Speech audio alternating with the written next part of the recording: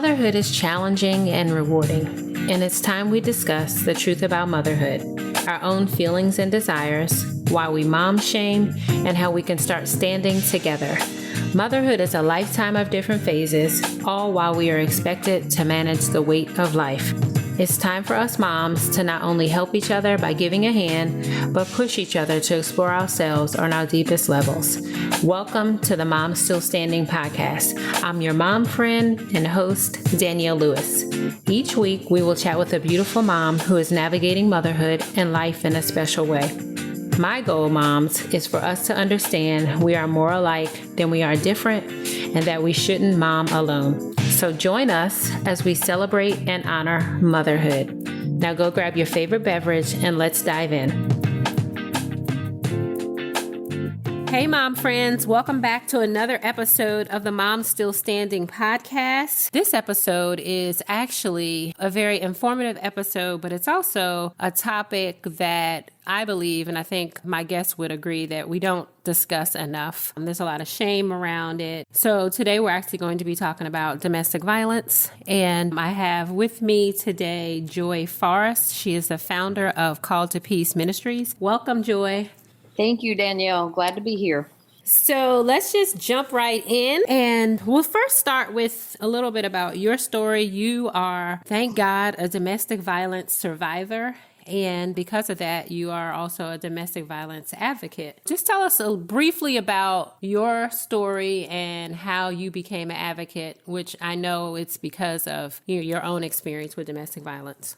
Well, that's very true. I was a victim of domestic abuse for 23 years before I finally got out. I met him when I was 14, just about to turn 15, dated him through high school and college. And even though I had some warning signs, he never punched me. I knew that his dad was abusive to his mom and that he hated that. So I thought he would never, ever raise a hand. However, there were all sorts of controlling things that I didn't recognize as control back then when I was young. I saw it as flattering that he was calling me multiple times a day to check up on where I was, or he didn't like the way I dressed, but he would go out and buy me new clothes. So it all seemed like positive attention to me at the time. But over the years, that turned into more and more control. And then after we got married, about 3 years in, we had the first episode of violence. But a month after the marriage, or after the wedding, I was sound asleep one night and the lights turned on. He ripped the covers off of me and got right in my face and started yelling at me about, get in there and clean up the mess that my brother had been visiting and left his socks on the floor in the living room. And get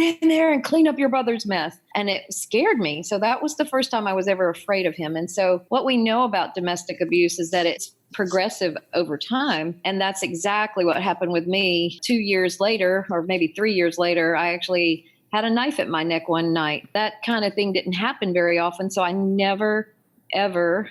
I just thought he would snapped and lost his mind temporarily. I always made excuses for him, but I always tell people domestic violence changes the way you think. So I became more and more used to the way he treated me, and it became more normal to me. So I started to tolerate more and more over time. And even when I would try to break free, I didn't believe in divorce. So I felt really stuck in it for a long, long time. And then finally, after 15 years of marriage, the violence came back again. We had had about 4 or 5 years of no violence. So I put him through medical school. And then when the violence came back, it came back with a fury. There was no way that marriage was going to be saved. And I remember reaching out to help to my church, to even law enforcement, and every system that I reached out to failed me. And I just remember being in the car one day. We were traveling, my 2 girls and I, and my husband, actually, we had been hiding out from him, but he saw us coming in traffic and crossed the center line like he was going to hit us head on, and finally had to jerk off the road at the very last minute and almost landed in a ditch. And my 6-year-old daughter is saying, "Daddy shouldn't treat their little girls like that." Mm-hmm. And I just said, "Lord, if you help me live through this, I am going to help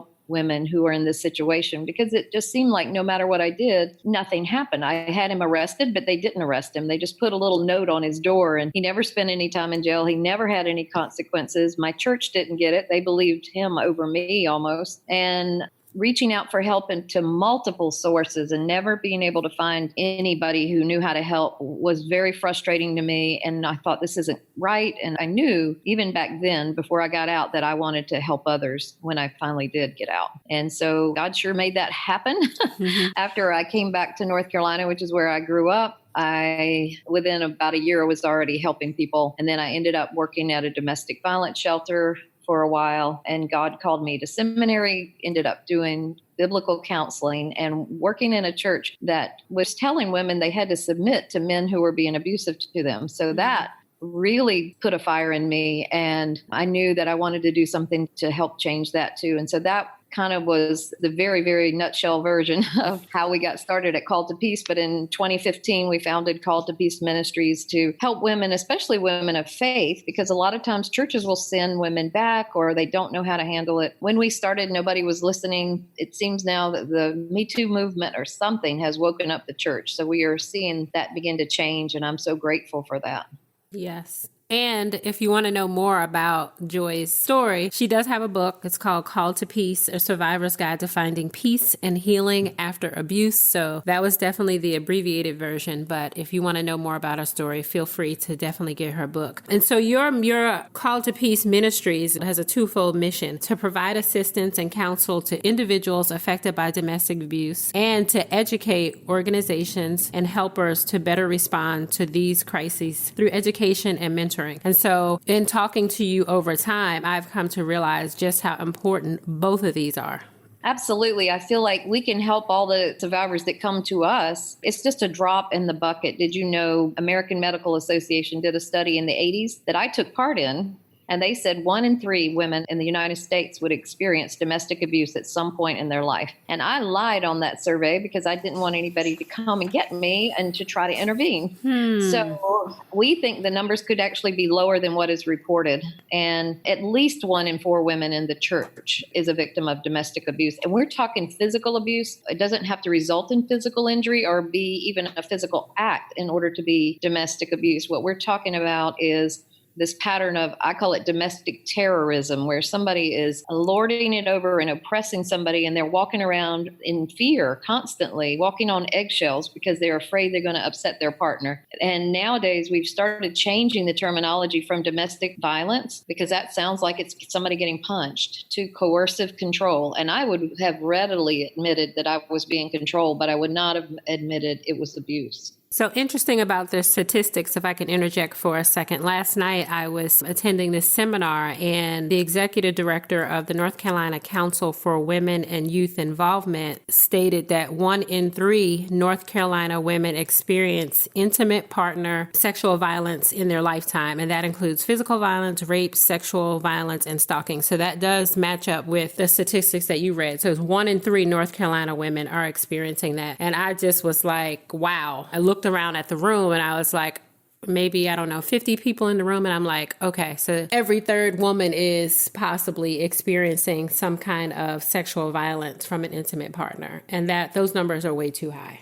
Yeah, these numbers are, to me, it's an epidemic. It ought to be shocking to us. And what I was going to say before is we can do all we want to try to help people, but unless the system starts to get it, more and more churches start to get it. I know as a Christian woman, I reached out to my church first and they didn't get it, but we found the courts don't get it. You know, it's not just churches that don't get it. In fact, even counselors, I have a degree in biblical counseling. I got 20 minutes on domestic abuse in my crisis counseling class, which is not even a required class. But when we do trainings for people helpers, one of our main groups of people that come to our conferences are counselors and therapists who tell me they didn't get anything either. So with a statistic like 1 in 3 women being effective, I don't understand why counseling programs have not been more helpful when it comes to domestic abuse. Our passion is to help educate people because we know that so few people get good education when it comes to domestic abuse. So one of the other things that you mentioned in your own story was that, how the sources and the systems that you went to really failed you. So another statistic that this woman mentioned was that there are 106 domestic violence centers in North Carolina, and they are underfunded. So if they're not getting the funding that they need, then they're not able to provide the services to the women that come to them, which ultimately is a problem, which will discourage women if they're turned away, or I'm not really sure how that works. Thank God I've not been in that situation. But that was very disappointing to hear too, is that we have these centers right here in our state, but they're underfunded. Not only are they underfunded, the shelters stay full. I know right here in Raleigh, we were looking into getting federal funding to try to start some housing. And I had to do some research just to find out how the shelters around me. And it was showing that Interact shelter, now this has been a couple of years ago, was full about 2/3 of the nights of the year, over 200 and some 50 nights or something crazy like that out of 365 days a year. It was full and many to get turned away. And so one of the other missions of Called to Peace is to be able to help practically. So sometimes we can help with emergency hotel stays. We don't have housing. We'd love to have it, but we're just not there yet. And then we do support groups. That's really the main thrust of the ministry. And I'm probably getting ahead of you. So. No, you're fine. So actually, let's go ahead and talk about the Call to Peace support groups and let my audience know what they can expect, but also how they can get connected to a support group if needed. We started the Call to Peace Ministries support groups here in the Raleigh area. We started with one spring of 2017. And by the end of the year, almost 200 people had reached out to us for some kind of help. So once we started those support groups, the ministry just started exploding. Last year, 2019, 1,267 people reached out to us for help. But the support groups in Raleigh, we started with one, and we had 4 at the beginning of, I guess, last fall semester. And then 2 of those groups merged. So we have 3 here locally in the Raleigh area, but we also have about 12 others across the nation. It's starting to grow a little bit. And so we use a curriculum that I wrote that goes along with my book. It's just called the Call to Peace Companion Workbook. And it is very, very much a faith-based, scripture-based curriculum. But what it is you're working through, it's not just faith-based, it's also trauma-informed. And so because I have a background of working with domestic violence shelters and DV programs, I actually combined the best of both worlds, because to me, my faith is what brought me through. And my belief in God was an anchor for me, truly an anchor. And so I basically have put down the things, the scriptures and the passages that really helped me move forward and to find healing, along with brain science, the things that we know about trauma to be true. And an interesting thing to me is that all the new science really confirms what the Bible tells us about the way we think and how that will affect us and impact us. I don't think that they are contrary to one another. And so we put both of them in the curriculum. And again, we have groups all over the country. And we also have an online group. It's a private group on Facebook. It's so private that nobody can find it. People cannot see that you're a member. It's a secret group. So we have about 300 members in there. And if people want to join, they would just message our Call to Peace Ministries page and let us know a little bit about their story. We will want to screen them first, and we will let them in if they're interested.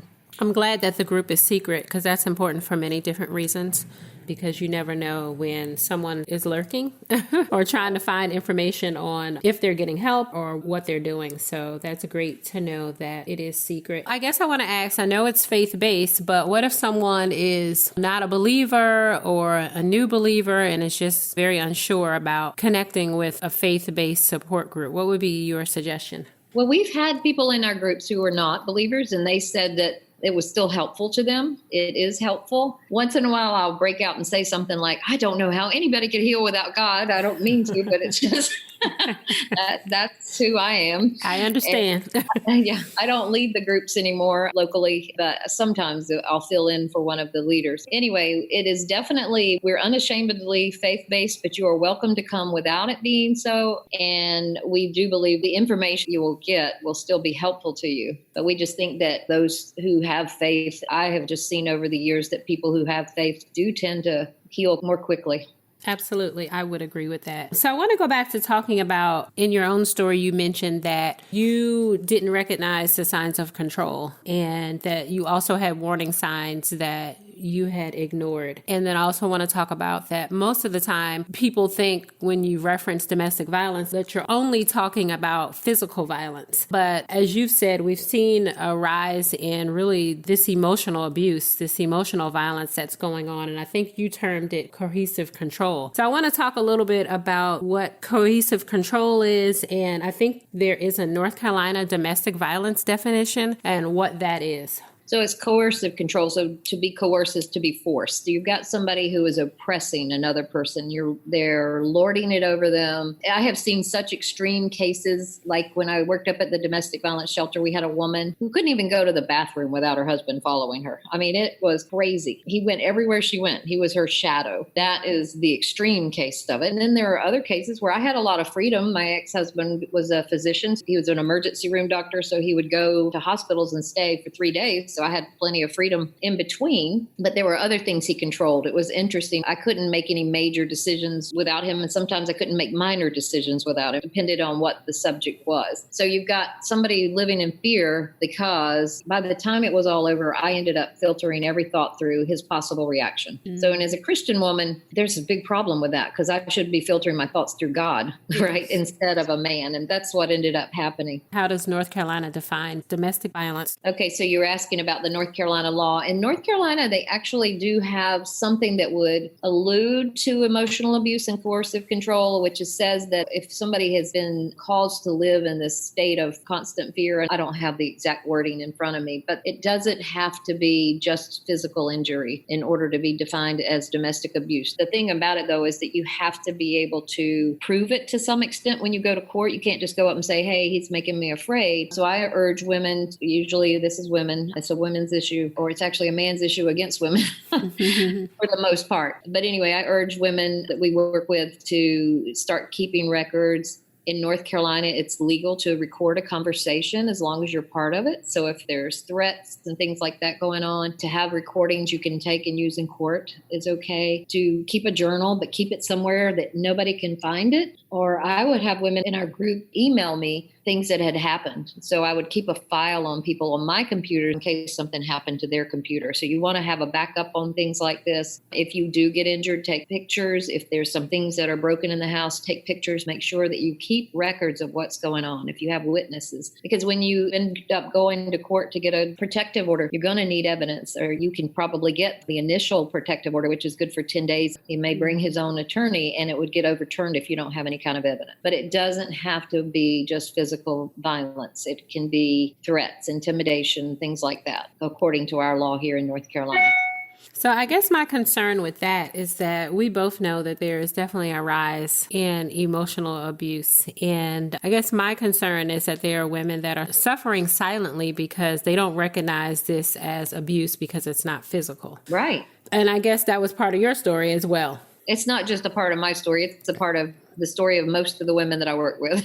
I've had women come into my group because their counselor sent them. And one lady goes, I don't know why my counselor sent me here. I'm not living with domestic violence. So I pulled out this little tool called the Power and Control Wheel. And if your listeners can do a Google search of that, it's all over the internet. But it talks about the 8 different types of tactics that abusive people use. One is intimidation, threats. One is emotional abuse. One is using the children. One is isolation. And as you go around, male privilege is one, financial abuse, not allowing her to have access to the funds or taking all of her money. It can be played out in different ways. So you can look on that. So that is actually what finally opened my eyes, is that I had been telling myself, oh, this isn't abuse, until I saw that power and control wheel. And that was the definition of domestic abuse. Most of the things on there were not physical. The only time it became physical was when the tactics that are on that wheel fail to work or keep her in line the way the abuser wants her to be kept in line. That's when it turns physical or sexual abuse. And you've also stated that this is a women's issue. However, I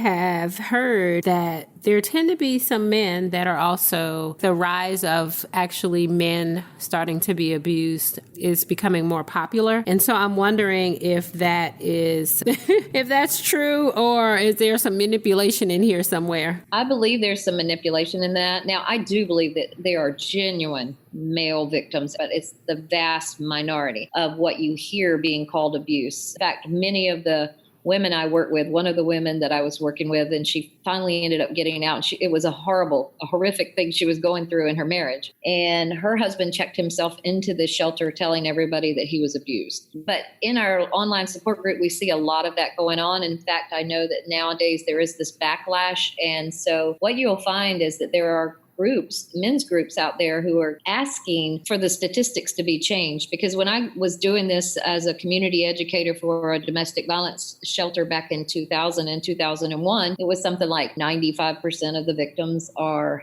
women, which I think is still close to being true. And now it's gone down to 88% or something. But anyway, the statistics of men being abused has risen astronomically since then. And part of that is, I think they're taking statistics from things like police reports when maybe a victim would fight back. So Evan Stark is the one who came up with the term coercive control. And actually, and Lundy Bancroft, who has a wonderful book that will help you understand the dynamics of domestic abuse. It's called Why Does He Do That? Inside the Minds of Angry and Controlling Men. And Lundy just wrote an article about how disappointed he is in what's happening with domestic violence services and how it is being taken over and not being seen as an issue of men's violence against women. So there's a lot happening to manipulate the numbers, I think. That's good to know. And thank you for that resource of the power and control wheel. I think that's going to be a helpful resource for just any woman that may be listening that just may be curious to see where her situation lies among that wheel. So thank you for mentioning that. And so also we talked about you being a believer, the fact that you went to your church and they weren't successful in really providing you assistance.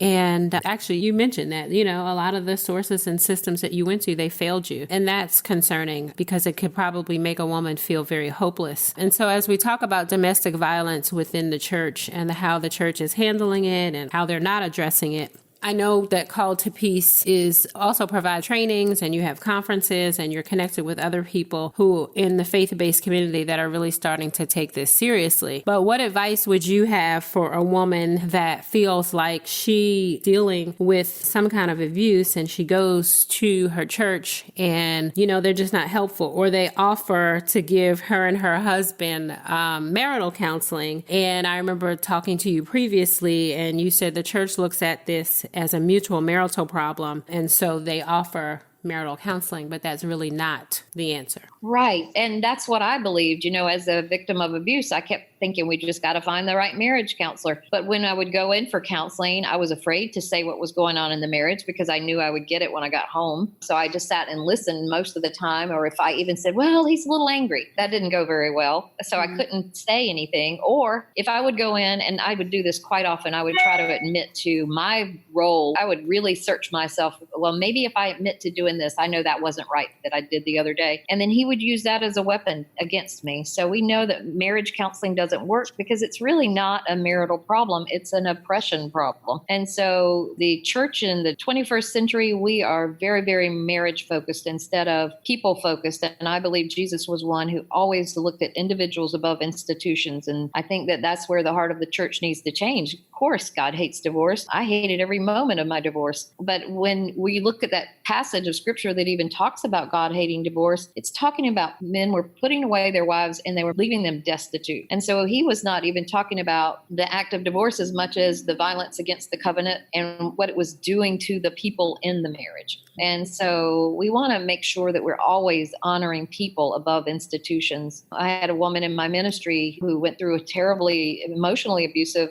marriage, and she is out and separated right now. And somebody came in and said, well, I'll pray that you get back together, without even listening to her story. She says, that's not God's will for you to be separated. And she said, well, I don't know. But that was the one thing that God taught me in all of that. I used to think God loved my marriage more than he loved me almost. That's the way we teach it in the United States church. I mean, that he hated divorce more than he loved me was my mindset until I finally got in the real thick of it. And I'm praying about it because it was not working out and it was getting more and more violent. And finally, I'm like, Lord, I don't know what to do. And I'm reading 1 Corinthians 7 one day. And it's talking about an unbeliever wanting to leave. And if he leaves, let him go. In such cases, the believing spouse is not under bondage because God has called us to peace. Well, every time I would read that, I would go, well, he says he's a believer. He doesn't want to leave. And I missed the whole point. The point was God has called us to peace. And now there are actually scholars who believe that domestic abuse is emotional abandonment and it's cause for divorce. I mean, really conservative scholars are starting to come out saying that. So I truly do believe that I was abandoned by him early on in our marriage because he was not looking out for my interest at all. He was only looking out for his own. So, and I see that with these other situations that we're dealing with. The church really just needs to put people's lives before an institution, even a God ordained institution, because that's what Jesus did.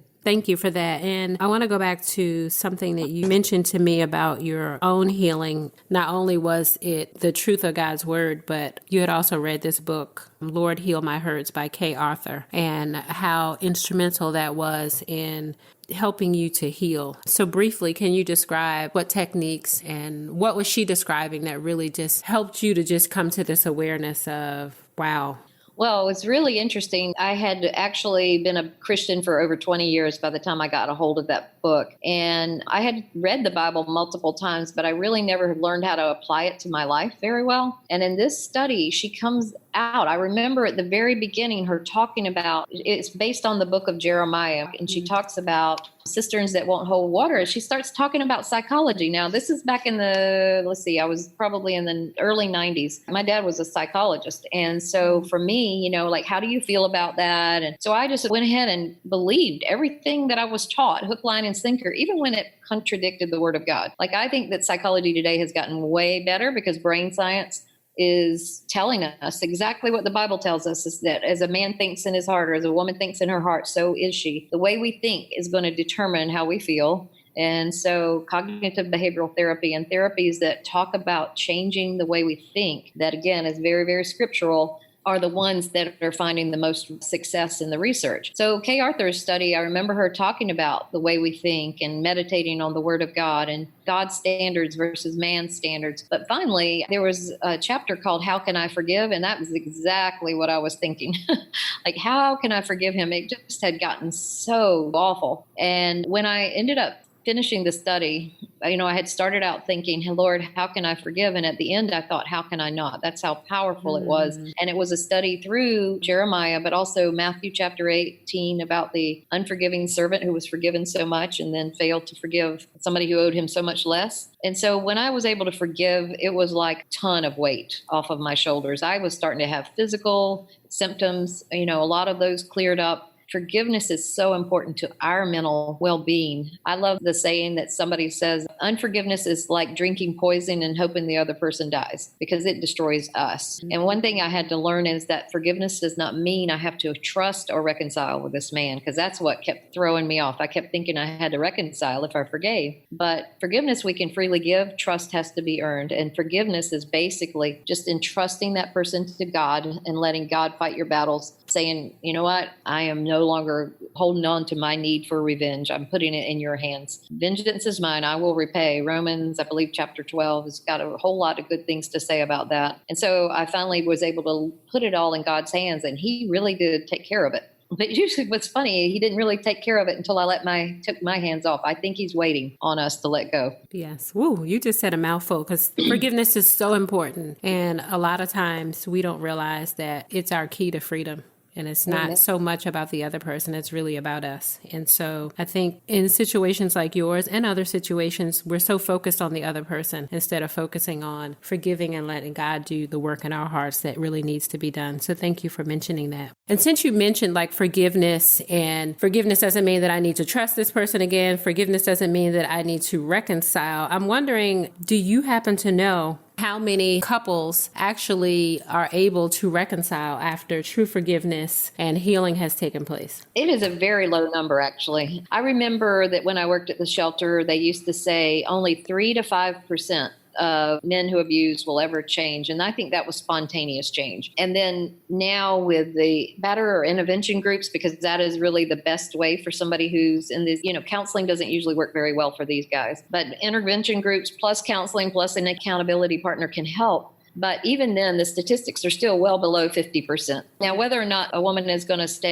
be willing to stay in the situation like that, they can make it work. They can learn some techniques so that they're not as affected by it. And it really depends on the level of abuse. Okay. So we have some guys who don't use physical violence. It's just this undermining control kind of thing. And I've been able to work with some women who are in those situations to teach them how to not react, because they love to push our buttons and make us react. When women in these situations can learn to not react, then it helps them to be able to stay. Of course, sometimes that makes the abuser a lot angrier, so that you might actually make things worse before better. But again, we know that with true domestic abuse, statistics are not that great. They say that the average woman will leave 7 to 8 times before getting out for good, but most of them do end up getting out because domestic violence is progressive over time. It's going to get worse. If you stay in and you don't have any kind of intervention, it's going to get worse. Mine sure did. And I think you also told me that 70% of domestic violence homicides happen after the victims leave. Yes, which absolutely. Is very concerning. That's kind of scary. So yes, if you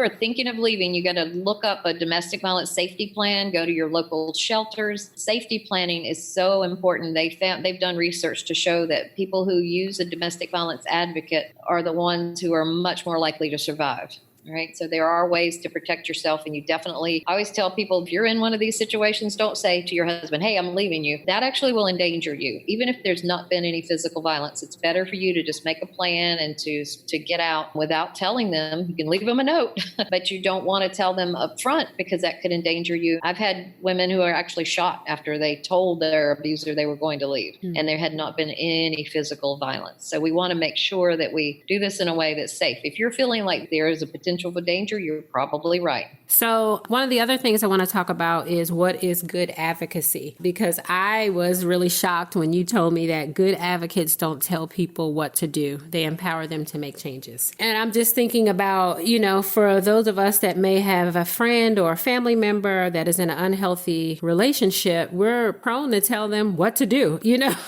And so what are some ways that we can really help and support a family member or a friend that may be in a situation that's not healthy? Right. And it is our tendency to want to go, get out. You've got to get out. You have to get out now. And just like we just said, you could be endangering somebody by telling them to get out. They know that situation better than you. Now they've been brainwashed, because abuse brainwashes us. I can guarantee you that. But they still need to be able to make their own decisions. And the best way for them to start making the right decisions is for you to connect them with resources, education, helping them understand what's going on with them. This is why we have a lot of women that come into our online support group who are not ready to leave yet. So a lot of them are still in their relationship. So they go in there and ask a question. And my rule in the group is do not tell anybody what to do. You can't tell them, get the heck out, because first of all, think about this. This is somebody who's been controlled for years, and we're trying to control them to help them. It doesn't make sense. We want to give them options, educate them so that they're willing to do it, and they've got to decide when the right time is. I've worked with one woman who was in a very emotionally destructive relationship, and I did really help her learn to not react to him, but it was still bad. He was going to pick on her no matter what, but it took her 10 years to save the money to get out. And she waited for the right time, and she learned to kind of rise above her circumstances. He was not physically abusive, so she would leave or whatever she needed to do to maintain sanity. But she took 10 years getting out. We can't judge. We need to let them make sure they're making the right plan for themselves. And then, like I said, just giving them education is hugely important, not trying to fix them or not shaming them if they don't do what you want them to do, but to be encouraging and to help them problem solve. That's, I think, the best way to help. Because one thing, if you start telling them what to do and then they decide to go back, because this is what happens. I mean, we see it in our support groups all the time. A woman will not show up for group. Well, we find out she went back. And we can't go, oh, I can't believe you did that. I've had people who wanted to help get mad because a woman went back and then say, I'm not going to help you anymore. Or I've had women who were condemned by their friends when they went back. Then when they wanted to get out again, they were afraid to go back to the friends because they were embarrassed, or they thought that the friend wouldn't be there for them if they decided to go back again. So we got to respect whatever decisions they make. And I think that's the importance of the women being connected with a community of supporters that really understand this situation. Because as a friend or a family member, it can be frustrating for us because we don't really understand the dynamic of this type of abuse. So it's like, what? You went back? Oh my gosh. And one of the things you told me in a prior entire conversation is that it's very important to win her trust and to not judge. Yeah, and they're not going to trust you if you automatically start going, "Ooh, I can't believe you did that." Mm-hmm. They're not going to ever trust you to tell you the whole story. I told so few people what was really going on in my home. Wow, very good. So those were very helpful tips. And coming back to Call to Peace Ministries, it's a nonprofit. So you definitely are looking for funding and closed out this year reaching a major goal, which was beautiful to hear. So tell us a little bit about that goal. Yeah, well, we've grown so quickly. 2017 going from, just under 200 cries for help to 1,267. It's been overwhelming, hard to keep up with. And we really needed staff. And unfortunately, most of the staff that we would hire are people who have a heart for this ministry or survivors. And so we were really trying to come up with money to fund a couple of positions. I've been working on a part-time salary full-time for several years now. And I told them I would rather not take an increase in salary if we can hire some other folks. And so we had October Domestic Violence Awareness Month. We were able to raise $25,000, and then we raised another $40,000 between Giving Tuesday and the end of the year, which was amazing. It was nothing short of miraculous. So we were blessed to have a couple of matching grants that I think totaled $25,000. So $25,000 of that was for matching grants. But people have just really been great to come alongside us. And, our budget is still very low. Our total funding for the entire year, with hiring 3 people now, we brought in $123,000. So we have a very small budget with a very big mission. So always we can use extra funds. There are so many things that we could do. We also have an emergency fund for mostly people in our local groups who need help with housing, transportation, basic necessities after getting out of a situation. So we have a lot of places that we could spend some money, and we don't waste it, because I tell people we get a lot of widows' mites, people giving from their need because they believe in what we're doing. So that's encouraging when we see that. So we want to be good stewards of what they're giving us. Absolutely. Well, thank you for sharing this vital information about domestic violence and for the opportunity to have my listeners learn more about Call to Peace Ministries. And so how can women, moms, community supporters, faith-based leaders, how can they get connected with you? Well, they can go to our website, which is called CALLED. Some people just want to do call, but it's calledtopeace.org. So just like that passage in 1 Corinthians 7. They can find us on Facebook, just Called to Peace Ministries. So they can follow us on social media or visit us at our website, and all our contact information is on the website. Okay. And then your book, Call to Peace, is available on Amazon. Is it also on your website? Yeah, there's a link to order it on our website. Okay. And I believe you have a conference coming up. We have an amazing conference coming up in April the 3rd and 4th. We have a man named Chris Moles who speaks nationally on domestic abuse, and he's run batterer intervention groups. So what we're going to be doing, this one is really aimed more for people helpers. We do a retreat every other year for survivors, and then every other year for people helpers. And this year is the people helper one. And we're going to be talking about wise responses to domestic abuse. So the name of the conference is Wisdom Calls. It's going to be here in the Raleigh area at Imago Dei Church. And you can find the place to sign up on our website. But before the conference on Thursday, I'm really excited about this. We're having a workshop for pastors and church leaders on how to develop a domestic violence policy and a response team. And so I think that is going to be fantastic. And if you have a pastor that you think needs to get informed, and if they never speak about it from the pulpit, they probably need to be informed, because once their eyes get open, they start speaking about it. Please have them go to our website. Both of the registration for both events is open now, and it's just under the events tab. And then here locally, we do quarterly trainings for pastors and church leaders as well. And we have one of those coming up February 13th. Great. Sounds good. Good stuff. Well, thank you, Joy, for sharing on this sensitive but very important topic. Appreciate you coming on the show. And mom friends, take note of her website and take note of all the tips. This may be an episode that you may want to go back and listen to again, but take care and we'll talk soon. Peace. Thank you, moms, for tuning into this week's episode of the Mom Still Standing podcast. Make sure you head over to iTunes and subscribe. If you found this episode to be informative and encouraging, please write a review so that we can continue to empower moms everywhere. In the meantime, remember, connected moms don't mom alone.